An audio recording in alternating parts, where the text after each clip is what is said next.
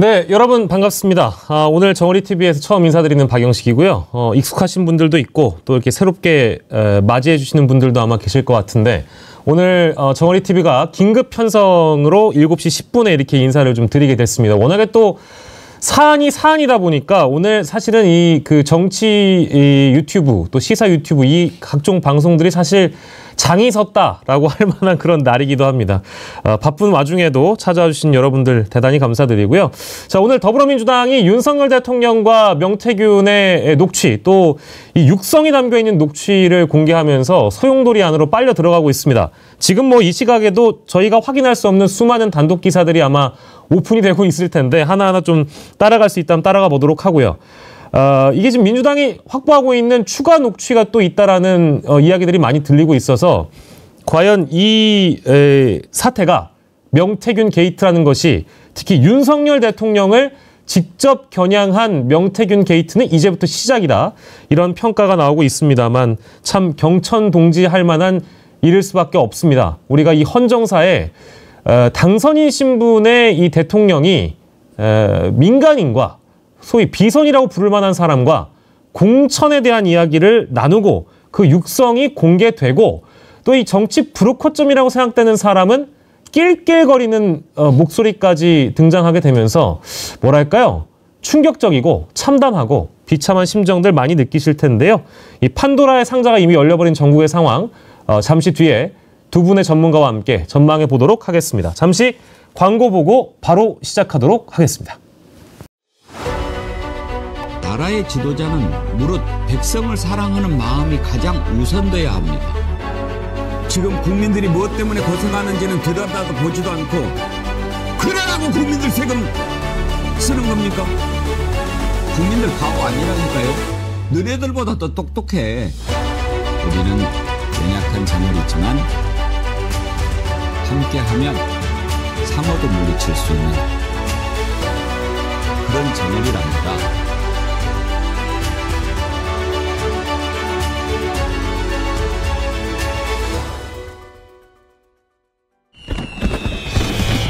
많이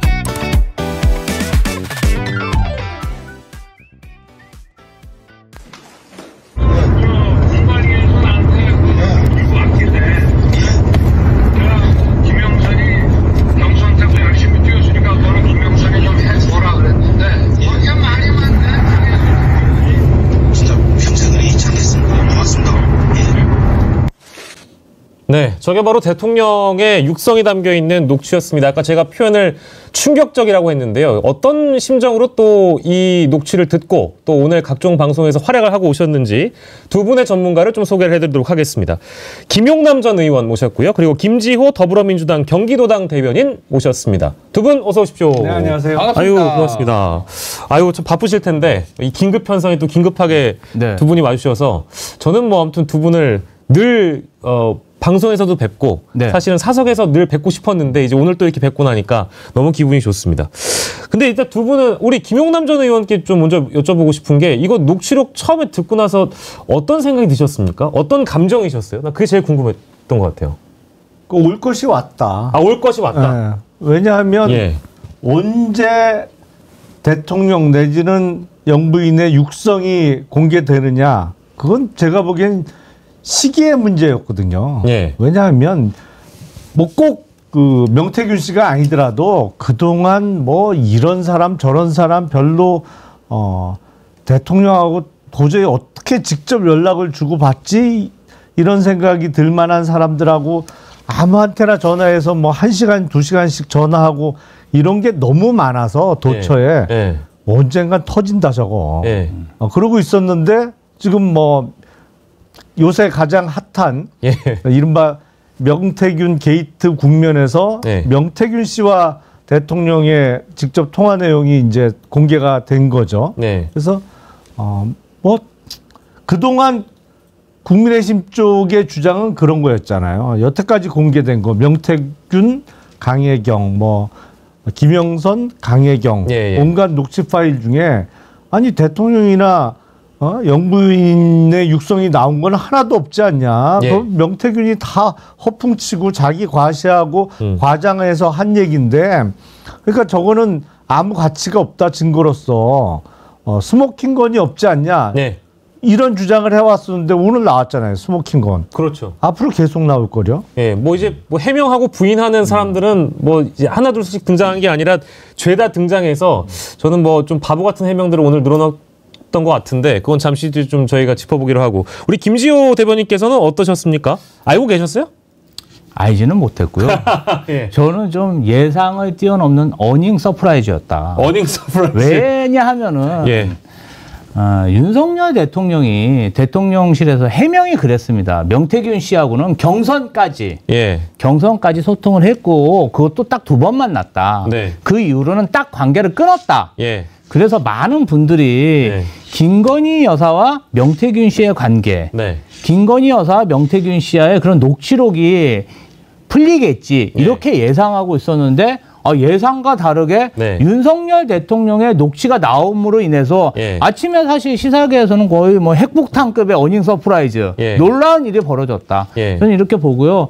어쨌든 그 녹취록을 보면 너무 분명하게 사실 공천 하루 전에 윤석열 대통령이 자기가 힘쓴 거를 어필하면서 이렇게 알려주지 않습니까? 그래서 너무나 분명한 증자가 나왔기 때문에 참 국민의힘 그리고 윤석열 대통령 무엇보다도 명태균 씨가 큰일 났다. 사실은 그러한 여사와 대통령과의 녹취록이 명태균 씨의 그런 굉장히 큰 무기, 어떻게 보면 마패, 정가의 보도처럼 휘둘렀는데 그렇죠. 전가의 보도가 복사가 됐지 않습니까? 복사해서 민주당으로 넘어왔고. 그리고 유포가 되고 있지 않습니까? 그렇죠. 그래서 언제 잡혀갈지 모르기 때문에 빨리 민주당 제보센터에 신고를 하시고 뭔가 좀 협조를 하셔야 안 잡혀간다. 공익제보자 3호가 돼야 된다. 명태균 씨 정신 똑바로 차려야 됩니다. 저는 좀 그 말씀을 드리고 싶어요. 근데 민주당에서 소수만 알고 있었다는 설이 있던데요? 아니 이제 제보로 들어왔기 때문에 사실 소수뿐이 알 수뿐이 없고 사실은 이게 어떻게 보면 제3자 녹취잖아요. 그렇죠. 제3자 녹취에 대해서 우리나라 검찰이 분리하면은 또 압수수색 바로 해버립니다. 그래서 사법 대응이 나올 수 있기 때문에 좀 조심스럽게 아주 잘 준비해서 터뜨린 것 같습니다. 뭐 이제 추가적인 녹취가 또 있을 거라고들 다들 예상을 하고 있고 실제 저희가 이따가 후반에 좀 짚어보겠습니다만 노정면 원내대변인의 이 스마트폰이 한 카메라에 잡혀서 이미 국제신문의 단독 보도로 나온 내용도 있고 해서요. 그 내용이 실제 공개가 되는 건지 아니면 추가적인 명태균, 윤석열, 명태균, 김건희 어떤 이런 육성 파일이 등장하는 건지는 모르겠습니다. 지금 저희가 뭐 단언할 수는 없는 그런 상황이긴 한데요. 아무튼 이제 그 오전에 폭로가 됐고 공개가 됐고 그 이후에 이제 관련자들이 해명하는 걸 저희가 좀 따라가 보면서 이야기하면 좋을 것 같아요. 일단 대통령실은요, 의원님. 당황한 겁니까? 아니면 이 문제가 정말 그 해명 그대로 별일 아닌 것처럼 받아들이고 있을까요?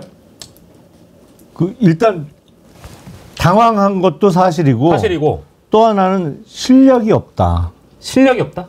그러니까 이 정도 그 대응밖에 못하나. 그러니까 해명이라고 내놓은 게 이제는 그동안은 명태균 씨를 허풍쟁이 뭐 거짓말쟁이 이렇게 몰아갔는데 오늘 대통령실의 해명은 윤석열 대통령이 거짓말쟁이다.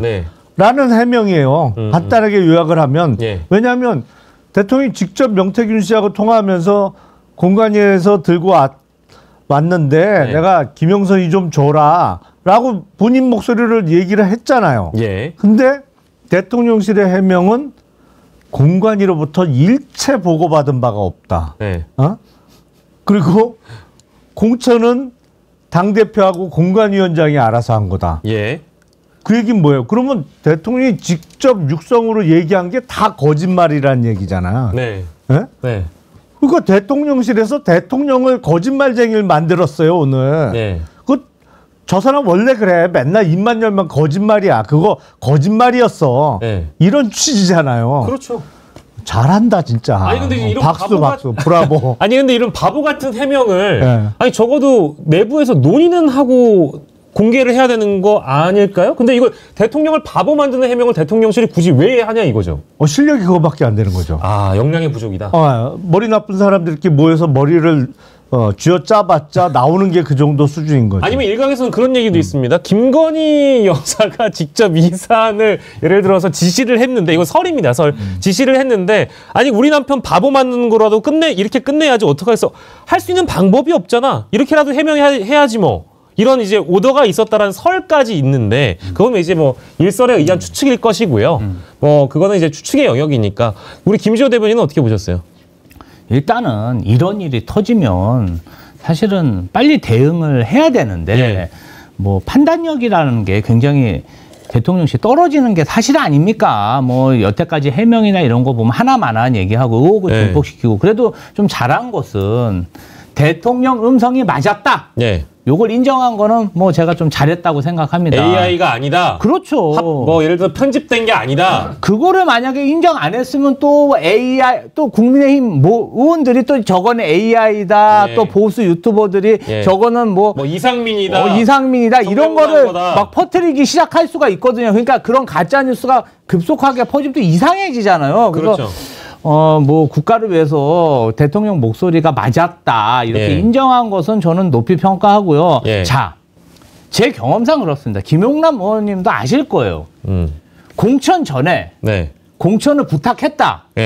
그러면 내가 공천의 영향력을 얻거나 끼칠 의도가 없거나 그러면 공천 전화 오면 전화 받습니까? 유력자가?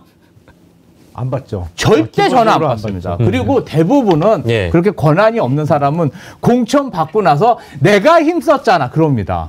그런데 지금 윤석열 대통령은 본인 취임식을 하루 앞두고 그 바쁜 시기에 직접 전화까지 해서 내가 보고를 받았는데 내가 김영선 하라고 했어. 그리고 제일 중요한 거. 근데 당에서 말이 많대. 그 말을 하니까 명태균 씨가 뭐라 그러면 평생에 제가 보훈을 갖겠습니다. 이렇게 하잖아. 그러면 이거는 100% 아니면 99% 진실이다. 누가 들어도 이거는 윤석열 대통령이 공천에 영향력을 끼쳤구나. 그런 거 아닙니까? 아니 그렇죠. 만약에 대통령 당선인인데 내가 그걸 확신을 못했으면 다른 사람이 될 것 같으면 절대 전화 못 합니다. 안 그러겠어? 아니, 그렇죠. 대통령인데 내가 사기친 게 된 거 아니에요. 그러면 명태균이 어떻게 나올 줄 알아? 그렇죠. 공천 준다고 그러고 너 나한테 사기쳤잖아. 그렇기 때문에 지금 그 녹취는 결정적인 트리거 이게 당겨졌다. 저는 이렇게 보고 있습니다. 이제 확실히 당황했으니까 이런 바보 같은 해명이 나올 법도 한 것이고요. 뭐 그리고 이제 앞으로 추가적인 대응을 어떻게 해야 될지에 대한 논의도 분명히 해야 되니까 대통령실에서는 이제 오후에 대통령이 이제 참모들 모아놓고 긴급 회의를 했다고 합니다. 뭐 핵심 참모들이라고 부르는 게 이제 비서실장 포함한 여러 한 10여 명 정도 5천 회동을 했다라는 것인데 여기에서 뭐 대단한 어떤 해법이나 솔루션이나 대책이 나올 수 있었을까요? 어떻게 보세요? 방법 없죠. 일단 지금 시간이 꽤 지났는데 한동훈 대표가 한마디도 안 하잖아요. 그렇잖아요. 지금까지 입장 나온 게 없어요. 한마디도 안 해요. 왜 안 하겠어요? 알거든. 이게 그냥 빼도 박도 못하는 범죄가 입증됐다는 걸 알아요. 누구보다도 잘 알아요. 왜냐하면 저 비슷한 사안으로 사실은 이거보다 훨씬 약하고 간접적인 사건이었음에도 불구하고 박근혜 대통령 수사하면서 공천 개입으로 기소해갖고 실형 2년 선고가 됐잖아요. 그 수사 누가 했어요? 윤석열 대통령이요. 윤석열 한동훈 커플이 했잖아요. 잘 알아요. 그래서 그러니까 한동훈 대표가 여당 대표임에도 불구하고 아침부터 오후까지 기자들이 그렇게 묻는데 한마디도 안 하는 거예요. 왜냐면 할 말이 없거든, 일단. 예. 이게 대응 논리가 생각이 안 나. 왜냐면 뭐라고 하겠어요, 이거를. 그렇죠. 공천 개입인데. 네. 그러니까 한마디도 안 하고 있는 거는 뭐냐면 그만큼 방법이 없다. 예. 하다못해 뭐라도 말을 만들어서 해야 되는 입장인 여당 대표도 한마디도 못 하는데 예. 그 한동훈 대표는 뭐 다른 건 몰라도 머리는 좋은 사람이에요. 네. 그렇잖아요. 네. 근데 뭐 대통령실에서 그만한 사람들이 이렇게 모여서 얘기해봤자 무슨 해답을 찾아내겠어요. 그렇지. 답 안 나와요, 이거. 예. 뭐 딱히 머리를 맞대봐도 해법이라는 걸 오늘 당장 마련할 수 없을 것이다라는 이제 설명이신데 이 긴급 회의 전에 타임라인 순서만 우리가 정리를 해보면 아까 우리가 보여드렸던 윤석열 대통령과 명태균의 대화에 우리가 유추해 볼 수 있는 핵심 관련자들이 있습니다. 그때 당시에 당대표, 그리고 그때 당시에 재보궐 공관위원장, 그리고 대통령이니까 대통령실이라고 얘기할게요. 그래서 그 해명들을 모아놓은 걸 상징적으로 압축한 이 짤이 인터넷 커뮤니티를 뒤덮고 있거든요. 그거 하나만 저희가 잠깐 보고 가도록 하겠습니다. 제가 이제 제작진분들께 하나 이제 넘겨드린 건데 재밌어가지고 일단 보여드리는 거거든요. 이제 이런 식입니다. 그러니까 이제 대통령실은 윤상현, 이준석이 그랬대요 라고 하는 거고요. 윤상현의 속마음은 물론 공관위에서 나는 당선인한테 보고를 안 했다고 부인은 했지만 사실은 이제 이준석 대표에게 좀 책임을 떠넘기고 싶어하는 마음이 있어 보이는 거고, 이준석 대표는 자신의 페이스북에 아니 공관위 보고 받는 줄도 몰랐다.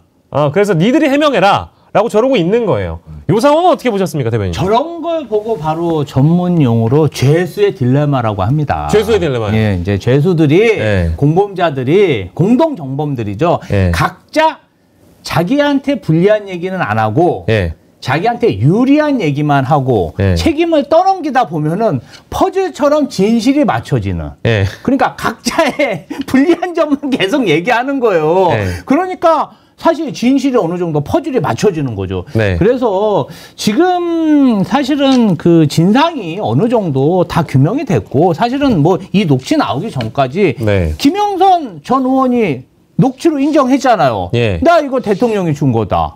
그리고 명태균 덕을 많이 봤다. 명태균도 그 강혜경 씨랑 통화하는 중에 녹취로 인정했잖아요. 예. 인정했죠. 그러면 여기서 윤석열 대통령하고 김건희 여사 관련 녹취만 나오면 그 관계인들이 다 인정하는 거거든요. 그런데 예. 오늘 결정적으로 윤석열 대통령 녹취가 나왔기 때문에 이것은 어떻게 되돌릴 수가 없다. 그런데 그런데. 대통령실하고 여당 의원들은 어떤 방식으로 지금 대응을 하냐? 네. 법적 대응을 하고 있어요. 그거 이따 저희가 짚어보긴 할 건데. 아니, 그러니까 기억이 안 났다. 네. 뭐 그러고 뭐라 그러죠? 5월 9일이니까 예. 탄핵 사유는 안 된다. 뭐 이런 네, 것들. 뭐 그런 식으로 탄핵 사유가 안 된다. 예. 지금 뭐냐면은 이미 이 사실은 인정을 하는 거예요. 예. 이 개입은 했는데 법적으로 문제가 없다. 그러니까 이미 정치인이면 사실은 법적인 대응보다 대중에게 어떻게 인식되느냐를 사실 고민해야 되거든요. 예. 그런데 지금 그건 포기한 거죠. 이거 우리가 막을 수 없다. 예. 법적으로 우리가 탄핵되지 않게 고슴다치 전략으로 예. 정말 이렇게 방어를 하자. 네. 이렇게 탄핵될 수 없다. 그 대책을 오늘 수립한 것 같습니다. 김지호 대변인의 말씀까지 이제 종합해서 이제 김용남 의원께 여쭤보면은, 그러니까 친윤들은 그런 것 같아요. 지금 이제 이 상황을 어떻게든 막아내야 되니까 친윤계 의원들은 부인하거나 법적인 해석을 해봤을 때 별 문제가 안 된다는 식의 이제 해석을 하는 것 같고요. 그리고 그때 당시에 핵심 관련자들은 각자가 살아남기 위한 변명을 해야 되니까 어떻게든 지금 해명을 하고 있는 그림인데, 뭐랄까요, 이런 복잡한 방정식을 여권이 풀어내기는 좀 어려울 거라고 봐서요. 각각의 해명들을 어떻게 평가하십니까, 우리 김용남 의원께서는? 우선 어제까지 제가 김영선 의원의 공천과 관련해서, 공천 개입 사건과 관련해서 어떠한 말씀을 드렸냐면, 예. 김영선 의원 공천 개입은 이미 정치적으로는 입증이 끝났다. 네. 왜냐하면 국민들은 다 그렇게 생각을 하는 거죠. 영부인 통해서 명태균 뭐 이렇게 통해서 공천 개입이 있었고 실제로 공천 받고 당선이 됐다. 2022년 6월 1일 선거에서. 그러니까 이거는 아무리 변명을 하고 뭐 다른 증거를 들이댄다고 정치적으로 믿음이 형성된 거를 돌이킬 수는 없어요. 예. 그러니까 정치적 입증은 끝났어요. 근데 오늘 이 녹취 파일의 공개로 사법적 입증까지 끝났습니다. 김용남 의원께서 보시기에는 사법적으로도 끝났다. 아, 그렇죠. 아니, 공천 개입과 관련해서 더 이상 직접적인 증거가 나올 수는 없잖아요. 예. 본인이 직접 육성으로 공관위에서 들고 왔는데 내가 김영선 좀 줘라라고 했다. 라고 하고 실제로 됐잖아요, 공천이. 그러니까 네. 사법적으로도 입증이 끝났어요. 그러니까 이 공천 개입 사건의 주범은 이미 확정이 됐어요. 그러니까 대통령 부부와 명태균 씨는 주범이에요. 예. 남은 문제는 공범의 범위예요. 공범의 범위. 공범의 범위에 누구누구가 어디까지 들어갈 거냐. 그러니까 오늘 부랴부랴 난 아니에요를 다 하고 있는 거예요. 아니, 그럼 말씀 나온 김에 그 공범의 범위를 저희가 좀 좁혀봤으면 좋겠는 게 일단은 그러면 당원 당규상 봤을 때 당시 당대표는 그러면 공범 범위 안에 당연히 들어가겠죠? 아니, 저는 참 입장이 곤란하긴 한데. 아, 제가 너무 갑자기 여쭤봐 죄송해요. 아니, 일단 오늘 녹취 파일 공개되면서 재빠르게 대응한 사람이 그 범위에 들어가겠죠. 아니, 제일 빠르긴 했죠. 네. 제가 아까 다 내놨잖아요. 예. 윤상현 공관위원장, 이준석 전 당대표, 그리고 뭐 이제 실제 대통령실 공관위원들 또 대통령실에 있는 뭐 분들 뭐 이렇게 다 포함해가지고 생각을 해봐야 될 텐데. 네. 그러니까 이제 공범의 범위를 놓고 이제 서로 남에게 미루는 형국이 지금 펼쳐지고 있는 거고. 예. 이제 권성동 의원이나 일부에서 법리적으로 이제 들고 나오잖아요. 예. 이게 5월 9일은 네. 당선자 신분이었기 때문에 대통령으로 취임하기 전인 비공무원 신분이었다. 예. 공무원 신분이 아니라서 네. 이게 죄는 안 된다. 근데 그거는 네. 공직선거법상의 공무원의 정치적 중립 의무 위반은 그 말이 뭐 억지로라도 될 수 있어요. 예. 공무원은 정치적으로 중립을 지켜야 되는데 정당 공천에 관여했으니까 그 법 조문 위반이다. 예. 라는 주장인 것 같은데 뭐 사실은 대통령 당선인 몇 시간 후에 대통령이 될 사람이 공무원이냐 아니냐 뭐 이것도 논란이 있을 수 있습니다만 예. 사실은 이 공천 개입 사안은 그 조문에만 처벌 조항이 있는 게 아니거든요. 예. 그러니까 명태균 씨가 왜 대선 전에 81차례 네. 3억 7천만 원 넘게 들여서 여론조사를 했는데 네. 그 여론조사 비용은 못 받고 네. 대신 김영선 의원 공천을 받아왔더라라는 강혜경 씨의 진술이 있었잖아요. 네. 그러니까 정당의 공천과 관련해서 재산적 이익을 주고 받았으면 그건 공무원 신분이 있든 없든 다 처벌 받습니다. 예. 그러니까 그거는 취임 전이냐 후냐를 따질 필요가 없어요. 일단. 그리고 이게 대가 관계가 성립이 안 된다. 사실 이 사안은 대가 관계가 성립된다고 보는 게 훨씬 자연스러운데. 합리적이라고 저는 봐요. 근데 뭐 그것도 대가성이 아니었다. 예. 라고 하더라도 네네. 우리가 업무 방해죄라는 죄명이 있습니다. 공당의 공천이나 어떤 선거 그렇죠. 과정을 방해했다. 방해했다. 그렇죠. 그건 이제 위력으로서 타인의 업무를 방해하면 성립하는 죄가 업무 방해죄인데 예. 여기서 위력이라는 거는 정말 어떤 뭐 때리거나 뭐 물리력을 쓴 것뿐만 아니라 예. 위세를 과시한 것도 위력에 해당한다라는 예. 게 대법원에 확립된 판례예요. 예. 위세? 위세로 따지면 몇 시간 후에 취임할 대통령 당선인 만큼 위세가 센 사람이 어디 있어요? 그렇죠. 우리나라에. 그럼요. 그 사람이 콕 찍어서 김영선이 줘라 했는데 그 말을 감히 누가 거역을 해요? 네. 똑 떨어지는 업무방해죄고 그거는 취임식 전이다 후를 논할 필요가 없어요. 이걸 누가 제일 잘하느냐? 예. 한동훈 대표가 누구보다도 잘 알아요, 이거를. 그래서 지금까지 아무 말도 못하고 있는 거고요. 누구보다 잘 알아요. 네. 아니 뭐 누구보다 잘하는 건 아니고 잘 아는 사람 중에 한 명이지. 예. 법조인 출신이고 검사 생활을 오래 했으니까. 예. 그러니까 말 한마디 못하고 있는 상황이에요, 지금. 예. 이제 그 어떤 공범의 범위를 체계적으로 좀 이제 법적으로 설명해 주셨으니까, 우리 그럼 김지호 대변인께서는 이제 정치적으로 봤을 때 이제 공당의 업무나, 예? 이 어떤 정당에서 공천을 하는 과정이나 이런 프로세스를 너무 잘 하실 것 같아서, 우리 김지호 대변인께서 보시는 공범의 범위는 어디까지입니까? 일단 제가 봤을 때는 윤석열 대통령, 그리고 김건희 여사, 그리고 이준석 전 대표가 네. 가장 책임이 있는 네. 그런 위치고, 윤상현 공관위원장 같은 경우는 조금 네. 약간 책임의 범위가 좀 없을 수가 있습니다. 이게 왜 그러냐면, 그래요? 왜 그러냐면, 아니, 공관위원장을 공범의 범위에 안 두는 거예요? 자, 이 공관위원장, 그다음에 당 대표, 예. 그다음에 대통령, 네. 요런 사람들이 지금 국민의힘은 마음이 맞아야 공천이 이렇게 잡음이 없는 거 아닙니까? 예. 사실은 22년 그 창원의창 보궐선거하고 지방선거 때 국민의힘 잡음이 없었습니다. 예. 그런데 요 세 주체가 마음이 안 맞으면, 예. 2016년 국민의힘 어땠습니까? 김무성 대표가 네네. 그 자기 그 당대표 직임 갖고 막 예. 부산으로 도망갔잖아요. 그쵸. 그리고 네. 이번 24년 공천 때도 예.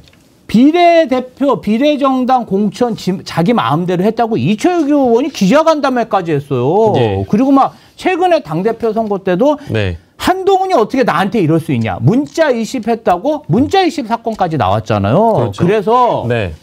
22년 공천 관련해서는 윤석열 대통령, 네. 그다음에 이준석 대표, 예. 윤상현이 이제 우리 전문 용어로 짝짝꿍을 했는데, 네. 서로 좋다고 짝짝꿍을 했는데, 예. 이 이준석 대표는 사실 명태균 씨와 특수 관계잖아요. 네. 어떤 보고 관계가 있고, 사실은 그런 어떤 윤석열 그 총장, 전 총장을 검찰총장?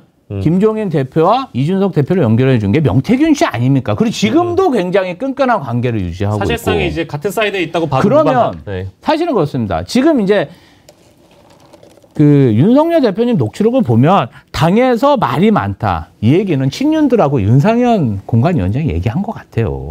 이 사람 안 된다. 네, 네. 이 사람 격 떨어진다. 네. 뭐 전략 공천하기에 너무나 수준 이하다. 네. 뭐 젊은 뭔가 청년 정치인을 데려와야지. 네. 김영선이 웬 말이냐. 네. 그 사람들도 바보는 아닙니다. 얘기를 한 것 같아요. 예. 친윤 인사들도 반대를 했고. 예. 그런데 윤석열 대통령과 김건희 여사 세게 밀어붙였죠. 예. 이럴 때 당대표의 역할이 뭡니까? 당대표의 역할? 당대표가 바지입니까? 아, 바지 아니죠. 바지 아니죠. 허수아비 아니죠. 자기가 적극적으로 뭐 김영선도 괜찮겠네. 네. 아니래요. 뭐 김영선 하는데 나는 아무 반대도 안 하겠다. 네. 이런 묵인이 없으면 공천을 받을 수조차 없습니다. 왜냐하면 네. 공관위원장이 당대표랑 의논해서 추인 절차를 밟지 않으면 공천을 못 받아요. 네. 이준석이 자기 모르게 일해서 가만히 있을 사람입니까? 부산 아니라 이 사람은 하와이도 갈 사람이야. 네.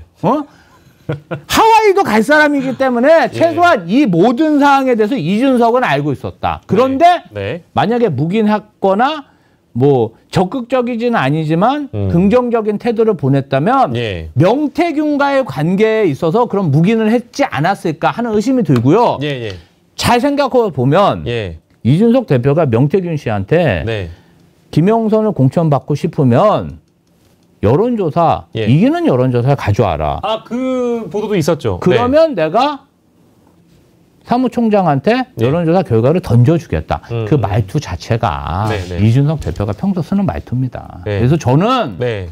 이거 관련해서 가장 큰 책임은 김건희 여사, 윤석열 대통령이 있지만 이제 주범이라고 얘기했고요. 이준석 대표도 절대 책임을 면치 못한다. 네. 이렇게 생각하고 있습니다. 아, 참 이게 난처한 상황이 되기는 한 것 같아요. 근데 이제 뭐 오늘 오전에도 발빠르게 해명을 했고 이제 추가적인 내용들이 뭐 더 나오게 되면 그에 따른 해명을 아마 관련자들이 하겠죠. 예, 할 텐데 그걸 또 보고 평가할 일이기도 하고요. 혹시 뭐 내용 들으시면서 따로 뭐 말씀 주실 게 있었습니까? 아니요, 뭐. 네. 저는 입장이 좀 곤란해요. 아, 예, 알겠습니다. 알겠습니다. 그 정도로만 하면. 개혁신당인데 곤란하시면 안 되죠. 아니, 근데 그 말이 나왔으니까 그거 하나만 더 여쭤보고 싶긴 하네요. 그 제가 이제 의원님 오랜만에 뵀으니까 지금 현 시점에, 그러니까 오늘 하루만 하더라도 그 개혁신당 내부의 분위기는 어떤지 좀 여쭤봐도 될까요? 어떤가요? 혹시 내부의 관계자분들에게 들어본 얘기가 있습니까?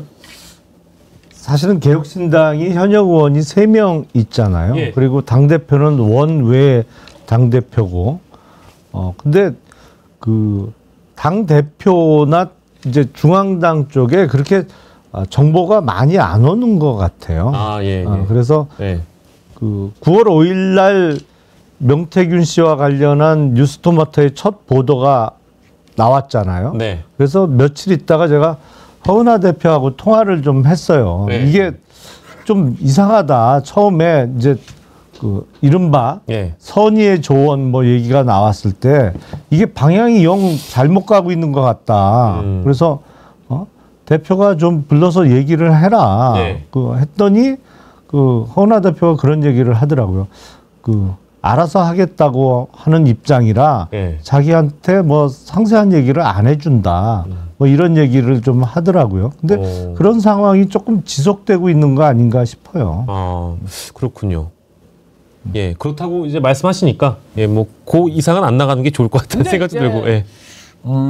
사실은 개혁신당이 이름이 개혁신당이잖아요. 예. 근데 사실은 이준석 전 대표가 국민의힘 대표 시절에 어떻게 정치 활동을 했습니까? 그 제가 기억하는 22년 지방선거 때도 네. 그 정말 연세 많으신 지방선거 후보자도 필기 시험을 봐야 된다. 아, PPAP였던 건가? 그렇죠. 공정하게 아니 그러니까 우리 국민의힘은 너무 고인물이다. 예. 그래서 필기 시험에 합격하는 최소한의 자격을 둬야 된다.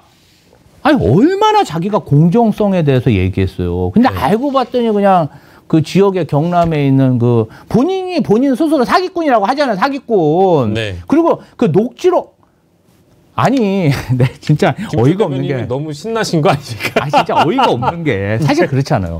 네. 내가 청탁을 했는데 들어줬어. 네, 네. 그걸 또 녹취를 해. 예.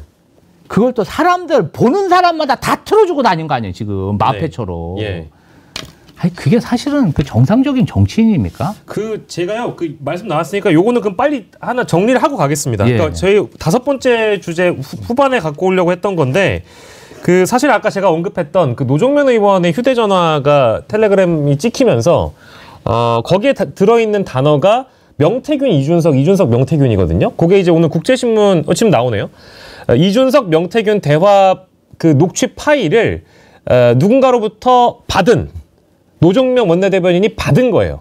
그러니까 오늘 노정면 원내대변인의 주도로 해서 박찬대 원내대표가 긴급 기자회견을 열어서 윤석열, 명태균 대화를 오픈한 거니까 그 맥락에 맞춰서 본다면 이준석, 명태균 대화를 민주당이 확보했다라는 게 유추가 가능한 겁니다.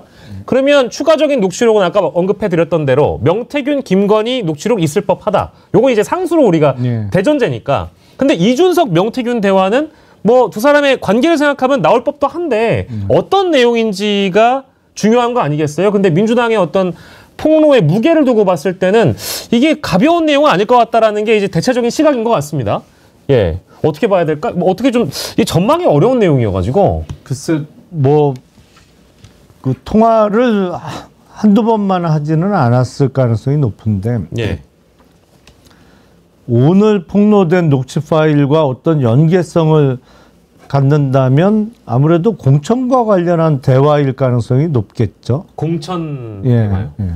아니 뭐 전혀 다른 주제의 녹취 파일을 공개하는 건 조금 상황상 맞지 않잖아요. 그러니까 윤석열 대통령이 전화하면서 했던 얘기와 부합한다든지 아니면 그와 맥을 같이 하는 내용의 어떤 대화 녹취 파일이 아닐까 그렇게 추측됩니다. 공천 관련된 대화 그리고 이제 오늘 공개된 내용과 약간 맥이 다 있는 그런 내용일 것이다. 이준석 대표 스스로가 방송 인터뷰에서 어떤 발언을 했냐면요. 다 기억하고 계신 거예요? 아니 저는 이준석 대표가 시험 보고 막 사람들 이렇게 할 때 제가 감동받았어요. 정치를 개혁하고 근데 이게 무슨 양아치 같은 짓인지 어떤 발언을 했냐면요. 이준석 대표가 이런 얘기를 합니다.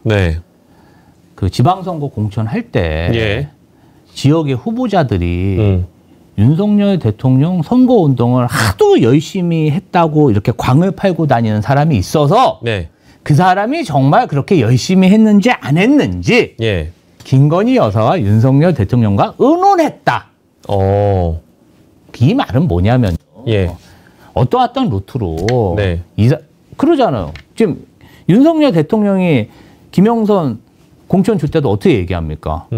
경선 때부터 영선이가 열심히 했고 네, 그렇게 그러니까 이번에 얘기했죠. 줬으면 좋겠다. 네. 그러니까 직접 얘기를 하지 않고 다른 루트로 이 사람은 윤석열 대통령이 미는 그런 후보입니다.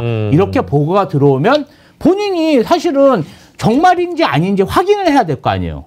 그렇겠죠. 그러니까 김건희 여사하고 윤석열 당선인과 통화를 했을 가능성이 높은데 예. 그게 아니라면 네. 대통령 선거 때도 이준석 대표가 당 대표고 선대위원장이었습니다. 누가 선거운동 열심히 하는지 본인이 모릅니까? 그러니까 22년 공천 관련해서 윤석열 대통령과 김건희 여사 긴밀하게 소통했고 네. 고로 명태균하고도 소통했을 가능성이 매우 높다. 저는 그렇게 확신합니다. 예. 일단은 이게 이 관련된 내용이 일지 않을지 저희는 모릅니다. 이게 전망만 하는 거고 예상만 하는 거고 추측만 하는 거기 때문에 너무 이제 뭐랄까 멀리 내다볼 필요는 없는 거지만 어쨌든 두 분의 의견을 종합하자면 공천과 관련된 이야기일 것 가능성은 매우 높은 거고 혹시 여론조사 내지는 우리가 흔히 얘기하는 여론 조작 의혹과 관련된 내용이 어쨌든 하나 있는 거니까 그거와 관련된 내용일 가능성은 없을까요? 어떻게 생각하세요? 근데 민주당에서 이제 오늘 공개하면서 아마 이 분위기를 쭉 이어가려 한다면 끌고 갈 텐데 근데 공천 개입을 오늘 터뜨리고 바로 이어서 그다음 터뜨리는 거는 여론조사 조작 관련된 거다. 그러면 물론 여론조사 조작도 큰 문제고 분명히 짚고 넘어가야 되는 거는 맞는데 예. 약간 주제가 좀 이리 꼈다가 저리 꼈다가 이렇게 하는 감이 있어서 그거는 그 다음 단계에서 나오지 않을까 싶은데요. 예. 저희가 이제 얘기 나누다 보니까 사실 그 순서 없이 두 분이 다 종합적으로 포괄적으로 말씀 주신 것 같아가지고요. 이준석 대표 얘기까지 일단 했고 중요한 건 이제 앞으로 어떻게 되냐의 문제 아니겠습니까? 근데 오늘 명태균 씨가 입장을 낸 것은 일단 저 녹취 민주당이 공개한 녹취가 다른 맥락의 이야기가 좀 더 있다. 편집돼 있다. 이런 이제 뉘앙스의 발언을 하나를 했고 또 노컷뉴스 보도를 보면 증거를 다 삭제하겠다 이런 얘기를 했단 말이에요. 불태워버리겠다 이렇게 얘기를 했죠. 그러고 나서 채널A의 단독 보도 같은 게 명태균의 자택을 추가적으로 압수수색한 내용까지 나왔습니다. 그러면 이제 검찰의 수사가 좀 더 이제 진전된 상황으로 명태균에게 좁혀서 들어가고 있는 그런 상황인데 이제 검사 출신이시니까 이 수사의 전망은 어떻게 해볼 수 있을까요? 근데 검찰을 믿을 수 있는 건지도 좀 의문이기도 하고. 근데 네. 이런 상황이면 추가 압수수색이 지금 급한 게 아니고요. 예. 일단 명태균 씨 신병부터 확보를 해야 돼요. 구속영장을 친다. 그렇죠. 네. 이제 체포를 해와서 네. 그게 긴급 체포가 됐던 체포영장을 법원에서 발부받아서 하건 빨리 확보를 해서 왜냐하면 명태균 씨가 본인 입으로 얘기했잖아요. 예. 휴대폰 불태워버리겠다. 증거 인멸하겠다는 의사를 표시했잖아요. 예. 그러면 증거 인멸의 우려가 현저하단 말이에요. 그러면 그걸 막아야 되기 때문에 일단 빨리 신병을 확보하고 그걸 증거가 없어지면 안 되니까 그걸 방지해야 됩니다. 지금은 추가 압수수색이 필요한 시점이 아니에요. 예.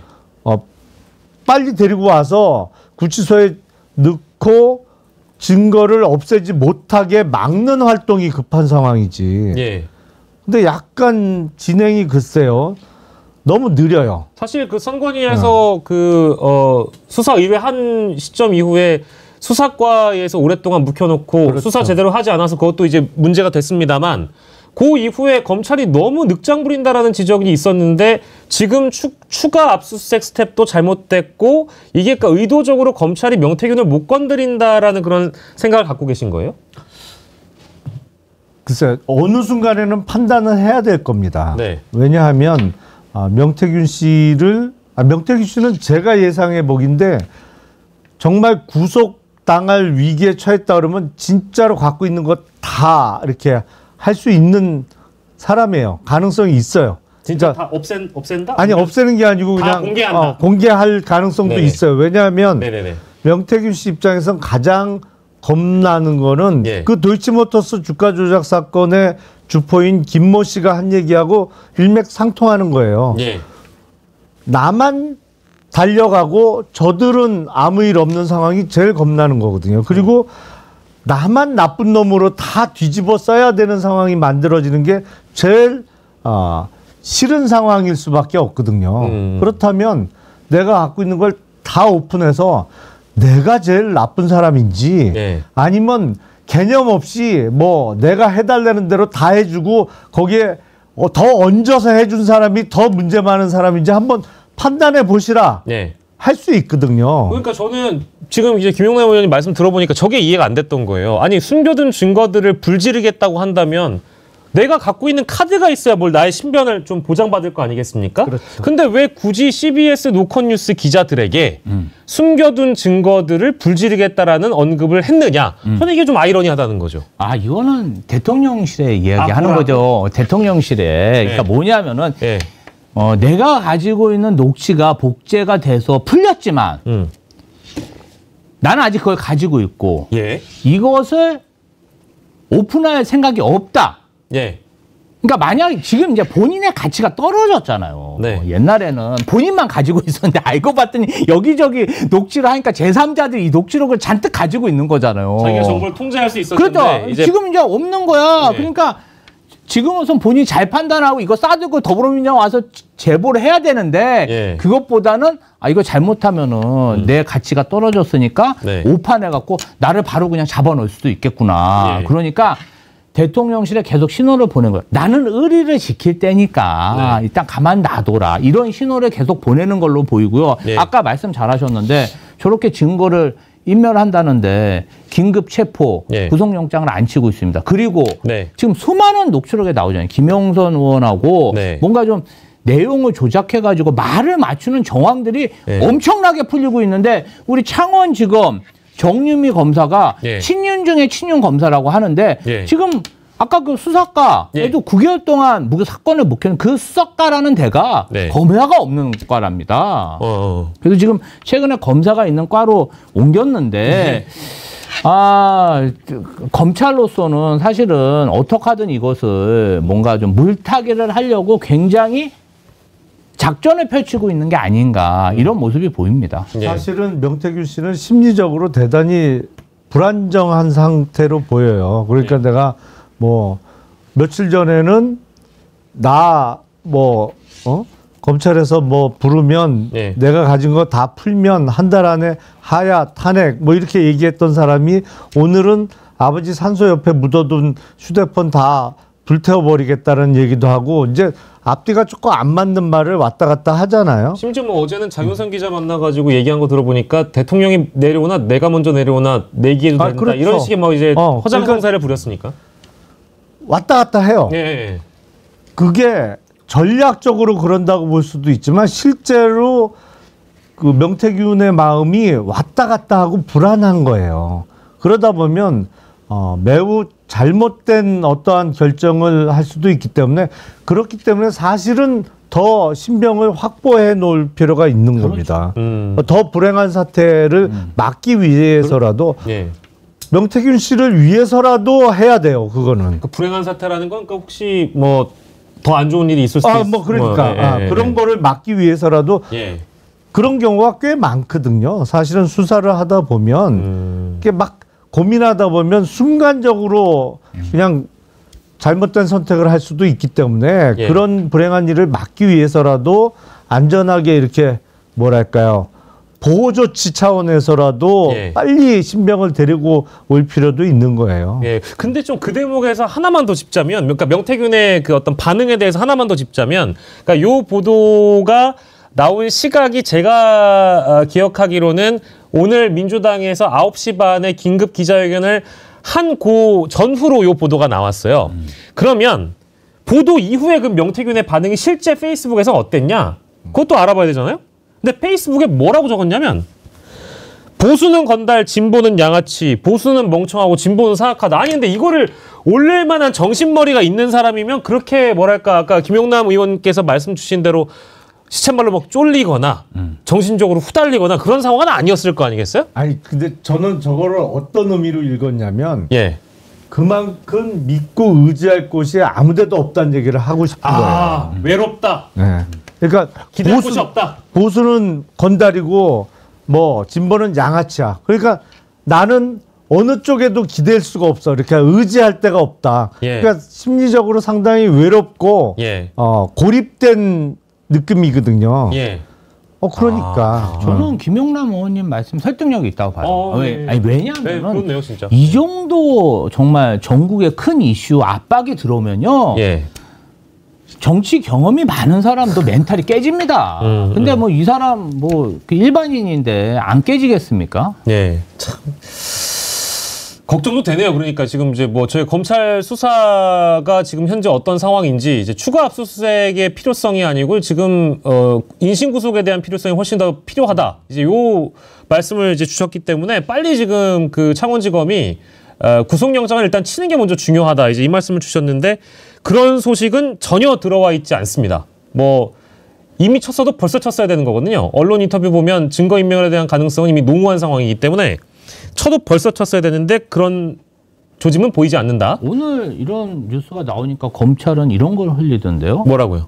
프랑스 샤넬 본사에 가서 김정숙 여사 네. 샤넬 옷을 찾아왔다. 예. 뭐 김현미 전 장관 압수수색했다. 예. 이게 검찰은 항상 이런 식입니다. 이슈 돌리기, 시선 돌리기. 예. 계속 그 뉴스가 없었던 건 아니고요. 맞아요. 사실입니다. 예. 시선 돌리기 하면서 예. 물타기 하는 전략을 계속 쓸 거고 예. 절대 포기하지 않을 겁니다. 뭐 다른 직업의 일이긴 합니다만 어쨌든 그 뉴스가 포털을 덮기도 했고요. 어쨌든 뭐 발빠르게 북한에 대응하는 속도만큼 아까 말씀하신 김정숙 여사의 샤넬 재킷에 대응하는 속도만큼 명태균의 인신 구속이 지금은 필요한 시점이다라고 이제 우리 부장검사 출신이신 김용남 의원께서 말씀 주셨고요. 자, 그러면 검찰 수사는 이제 저희가 좀 시간을 두고 지켜보도록 하고 5월 9일 법리적으로 따져볼게요. 5월 9일이었습니다. 당선인신 분입니다. 근데 이게 탄핵 사유가 되냐 아니냐 저는 뭐 사실은 법적으로보다 우리 국민들이 받는 인식의 문제를 따져봤을 때 이것이 탄핵 사유가 되냐 안 되냐를 지금에 따지는 거는 저는 아무 의미 없다고 생각하는 사람이지만 다만 어쨌든 법리적인 문제가 나왔으니까 얘기할게요. 탄핵 사유가 됩니까? 결과적으로 말씀드리면 돼요. 됩니까? 네, 근데 당선인 신분인데 됩니까? 아? 당선인 신분의 5월 9일자니까 대통령 취임하기 전이잖아요. 네. 그게 권성동 의원의 논리잖아요. 재임 기간 중에 벌어진 일에 대해서만 네. 탄핵 사유로 삼을 수 있다.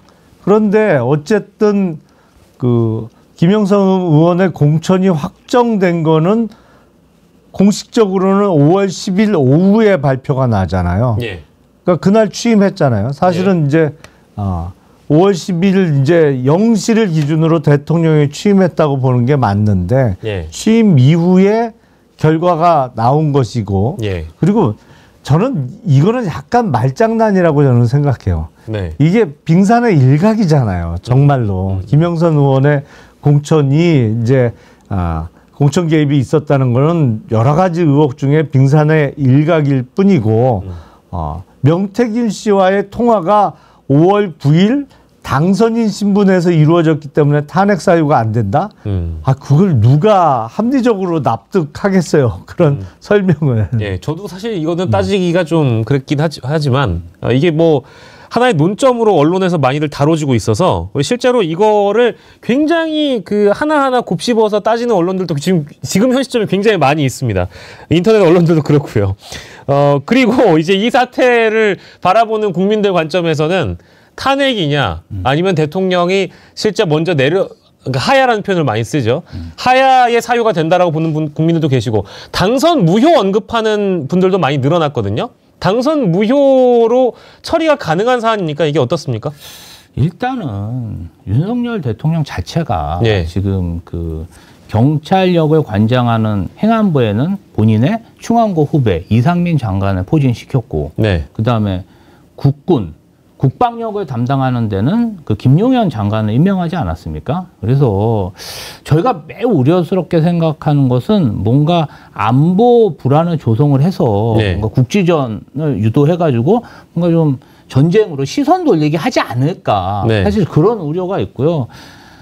지금 사실은 검찰하고 경찰을 완벽하게 지금 장악을 하고 있기 때문에 어떤 이게 어느 정도 수사를 가지고 뭔가 좀 진상이 규명돼야 예. 다른 모든 사항도 적용이 되는데 뭐 그럴 가능성은 거의 없어 보입니다. 그래서 대통령이 뭐 하야를 한다든지 예. 아니면 의회에서 탄핵을 하고 법원에서 결정을 해줘야 네. 뭔가 좀 자리에서 내려올 텐데 윤석열 대통령 자체가 뭐 하야할 가능성은 저는 1%도 없다고 보고요. 예. 끝까지 버틸 것이다. 끝까지 버텨서 순방 가고 나홀로 관람하고 예. 그럴 거라 저는 믿고요. 그럼 방법은 하나인데 네. 이것은 좀 국민적인 동의가 있어야겠죠. 지금 저희가 요 관련해 가지고 너무 이르긴 합니다만 윤석열 대통령의 운명은 어떻게 될 것인가 저희 제작진 분들께서 지금 댓글창에 투표창을 열어주셨습니다. 예, 굉장히 발 빠르시네요. 자, 일단 첫 번째가 탄핵이고요. 두 번째가 하야, 세 번째가 당선 무효 이렇게 지금 표기가 되어 있는데 여러분들의 투표를 방송 끝나기 전까지 받고 그 결과를 공개하도록 하겠습니다. 김용남 의원님, 예. 네, 이거 조금 설명을 해드려야 될 것 같아요. 네. 탄핵은 뭐 잘 아실 테니까. 예. 그러니까 탄핵 사유는 헌법과 법률에 중대한 위배 위반. 사유가 있을 때 탄핵 사유가 되는 것인데 김영선 의원의 공천 개입과 관련해서도 공직선거법상에 공무원 신분이 없더라도 성립할 수 있는 죄가 있는 거고 네. 앞서 제가 말씀드린 대로 업무방해죄는 뭐 취임 전후를 불문하고 다 성립할 수 있는 것이라 네. 탄핵 사유는 그렇게 정리하면 될 것 같고요. 하야는 본인 스스로 이제 일찍 물러나는 건데 그거는 뭐 본인이 결정하면 되는 문제고 당선 무효형은 조금 설명을 해드려야 될 것 같아요. 당선 무효는 이제 선거법 위반으로 벌금 100만 원 이상을 선고받고 그게 확정이 되면 예. 당선 무효가 됩니다. 근데 선거법 위반 사건은 대부분의 경우에는 선거일로부터 6개월이 지나면 공소시효가 완료돼요. 예. 그러니까 2022년 3월 9일 선거였으니까 이미 6개월이 지났죠. 예. 다른 선출직 공무원 같으면 공소시효가 다 이미 완성이 돼서 예. 선거법 위반의 문제가 생길 수가 없어요.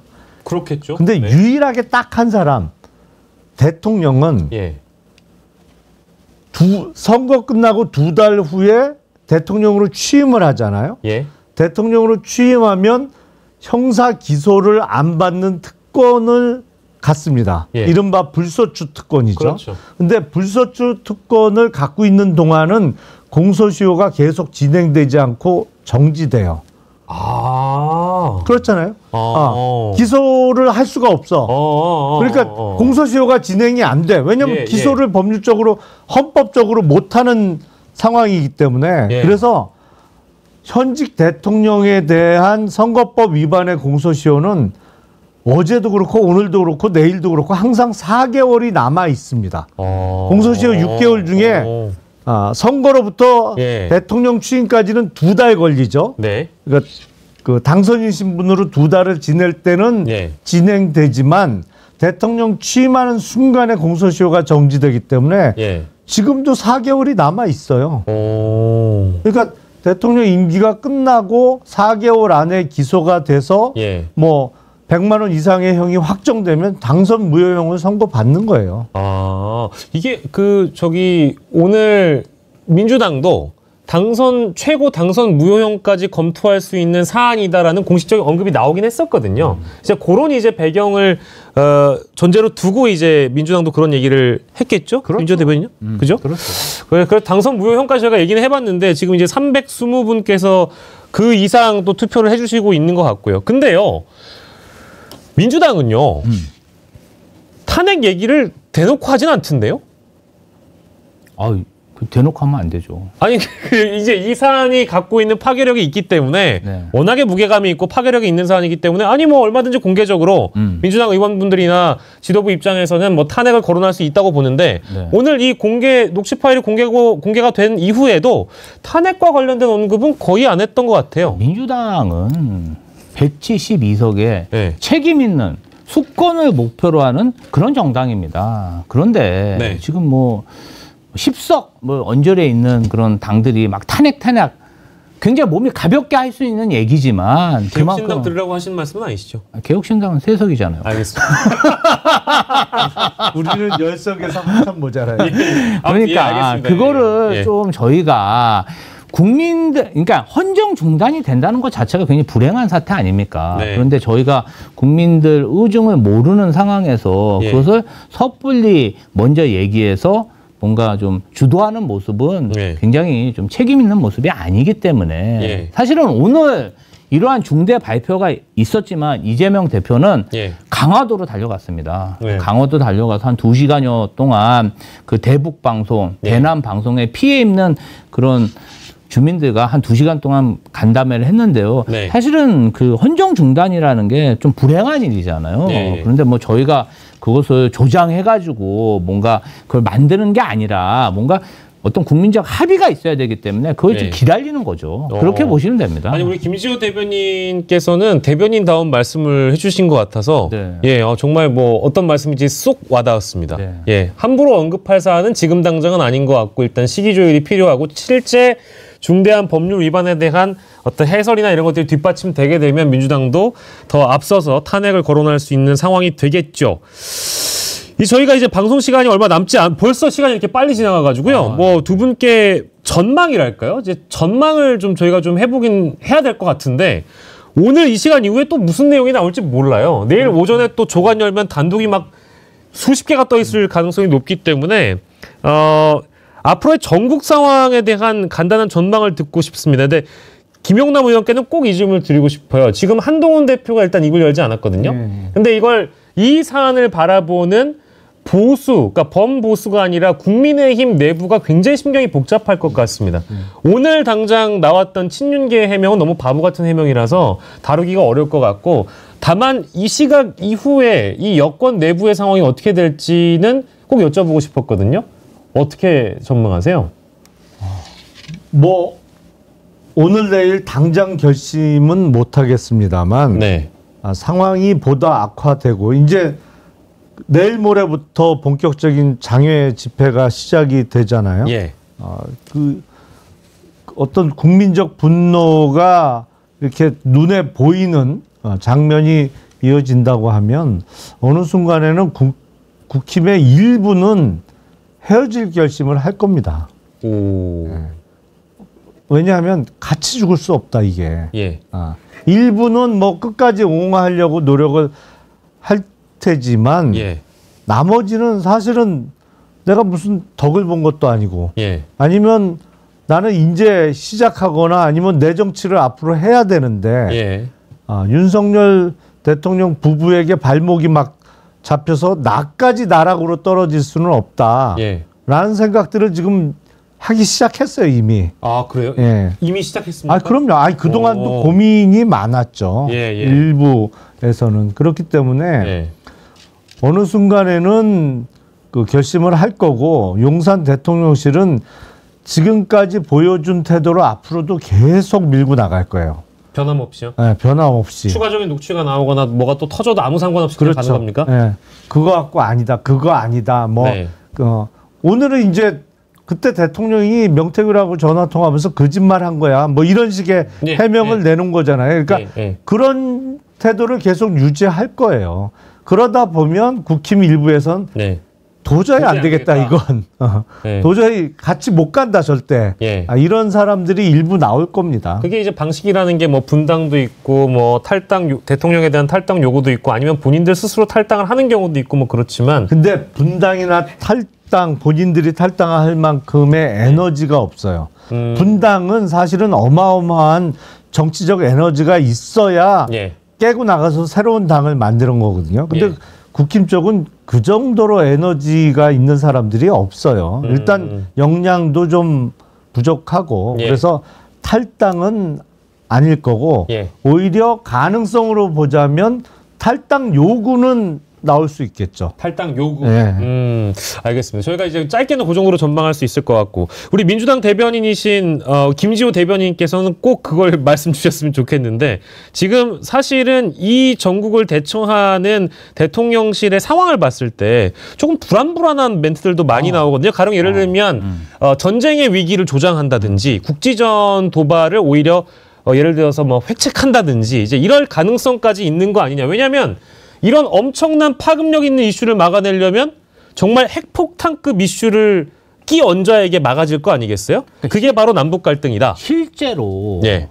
그 지금 인기가 너무 낮기 때문에 네. 지난번에 보시면 뭐 그 영일만 석유 액트지오 사건도 네. 그 누가 봐도 사기꾼한테 속은 그런 내용인데 그냥 대통령에서 발표해 버리잖아요. 그러니까 네. 마음이 너무 급한 거예요. 체코 원전도 그렇습니다. 오늘 중단됐는데 예. 체코 원전 어느 정도 합의가 돼서 가도 되는데 막 네. 급하게 가다 보니까 사기꾼 부부 소리까지 들은 거 아닙니까? 이 사람들은요 지금 대통령직을 유지하려면 물불을 가리지 않기 때문에 예. 민주당으로서는 조금 무리가 있어도 김용현 국방부 장관에 대해서는 탄핵을 적극적으로 검토해야 된다고 생각합니다. 예. 지금 김용현 장관이 미국 가 있거든요. 예, 예. 그럼 이상한 얘기들을 막 하고 있어요. 뭐 우크라이나에 무슨 뭐 포탄을 보낸다. 그러니까 이거 굉장히 위험한 상황이기 때문에 김용현 장관에 대해서는 뭔가 좀 탄핵에 대한 어떤 여론도 좀 들어보고 내부적으로 좀 검토를 해야 돼. 이 직무를 좀 정지시켜놔야 예. 정말 위험한 국지전을 막을 수 있지 않을까 그렇게도 생각해 봅니다. 민주당 내부에서 그런 걸 대비를 하고 있는 거죠? 지금 막 그런 얘기들이 나오고 있어요. 아, 그렇군요. 예. 예, 아무튼 이제 그런 걱정들을 하시는 분들이 많은 것 같아요. 이거 사실 전쟁이라기보다는 남북의 어떤 군사적 갈등이 지금 당장 일어나도 이상하지 않다라는 그런 해설들도 많이 있어서 이슈를 담는데 더 큰 이슈가 있다면 그만한 이슈가 없을 것이다. 이제 그런 분석들이어서 좀 불안해하시는 분들이 계셔서 그 말씀까지 좀 짚어봤고요. 저희가 아까 그 여러분들께 공개 투표를 붙여드린 사안에 대해서 다시 한번 좀 정리를 하도록 하겠습니다. 투표를 좀 종료하면 저희 결과를 볼 수 있는 거죠? 이거까지 소개를 해드리고 종료를 해야 될 것 같아서. 아, 그럼요. 예. 제가 지금 대화창에서 저도 지금 보고 있는데 윤석열 대통령의 운명은 총 557분 정도 투표해 주셔가지고요. 투표율이 매우 높습니다. 탄핵 50%, 당선 무효가 35%, 하야가 13% 이렇게 집계됐다는 말씀 더불어 또 드리고요. 그리고 저희 방송 중에 참 많은 분들이 후원을 해주셨는데 제가 오늘 그 첫 방송이어서 여러분들 후원을 센스 있게 소개를 못 해드렸습니다. 아마 관계자분들께서 다 보셨을 거라고 제가 생각이 들고요. 제작진분들을 대신해서 감사드린다는 말씀 더불어 드리겠습니다. 아이고 오늘 뭐 이거저거 얘기하다 보니까 시간이 금방 가가지고요. 벌써 여러분들께 인사를 드릴 시간이 됐습니다. 김용남 전 의원 그리고 김지호 더불어민주당 경기도당 대변인과 이 시간 함께했고요. 그래도 좀 짧게 혹시나 오늘 방송 진행하다 보면 이거는 제가 못 물어봤다 하는 것도 많거든요. 이거는 내가 얘기를 했어야 되는데 깜빡했다 하는 부분이 있으실 것 같아서 짧게만 부탁드릴까요? 김용남 전 의원께서 혹시 못다 하신 말씀 있으시다면 짧게만. 한 500년 전에 마키아벨리가 한 얘기가요. 시작을 마키아벨리로 하시니까 갑자기. 네. 군주에게 그때는 뭐 네. 대통령 이런 명칭 자체가 없었으니까 예. 군주에게 가장 안전한 튼튼한 성은 백성의 미움을 받지 않는 것이다 라는 말을 마키아벨리가 했습니다. 그러니까 아무리 높고 튼튼한 성벽을 쌓았더라도 그 성 안에 사는 그 백성들로부터 원성을 사면 그 성주나 뭐 임금이 됐던 군주는 결코 안전할 수 없다는 얘기를 마키아벨리가 500년 전에 한 거죠. 지금도 정확하게 맞는 얘기를 한 거예요. 지금은 더하죠. 그때는 그냥 핏줄에 따라서 물려받는 군주의 자리도 백성들이 싫어하면 쫓겨날 수밖에 없는 것이었는데 지금은 국민의 투표로 선택받아서 앉는 자리잖아요. 대통령은. 국민으로부터 미움을 받고 국민의 분노를 사면 안 되는데 영 계속 거꾸로 가고 있는 것 같아서 참 걱정입니다. 이 좋은 말씀을 대통령실이 듣고 대통령이 들어야 될 텐데 변화가 없을 것 같다라고 아까 이제 정리해 주셨으니까 김지호 대변인께서는? 정치권에 이런 얘기가 있습니다. 소수의 사람을 잠깐 속일 수는 있지만 다수의 사람들을 오래 속일 수는 없다. 저는 윤석열 대통령, 김건희 여사, 이준석 대표가 자수해서 광명 찾으셨으면 좋겠고, 그리고 과거에 예. 2016년도에 박근혜 대통령, 그다음에 친박, 진박 정말 서슬퍼렸습니다. 다 어떻게 됐습니까? 국민의힘도 정신 차리셔야 될 겁니다. 예. 이상입니다. 예, 두 분의 말씀 이렇게 정리하고요. 위선적인 정치가 심판을 받아야 되는 시대. 과거에 한번 정리를 했고 끝났다고 생각했는데 이렇게 역사는 반복된다고들 하죠.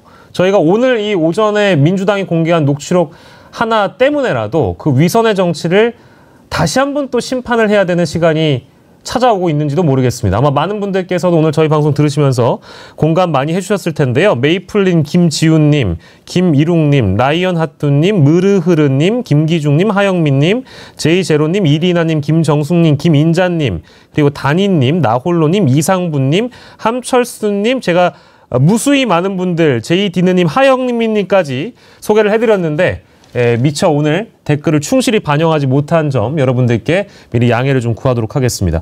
오늘 정어리 TV를 처음 또 찾아주셨다고 한 우리 김지우 대변인 그리고 박영식이었고요. 김용남 전 의원 이렇게 세 명이서 함께 해봤습니다. 끝까지 시청해주신 여러분 대단히 감사합니다. 고맙습니다. 나라의 지도자는 무릇 백성을 사랑하는 마음이 가장 우선돼야 합니다. 지금 국민들이 무엇 때문에 고생하는지는 들여다도 보지도 않고 그러라고 국민들 세금 쓰는 겁니까? 국민들 바보 아니라니까요. 너네들보다 더 똑똑해. 우리는 연약한 정어리지만 함께하면 상어도 물리칠 수 있는 그런 정어리랍니다.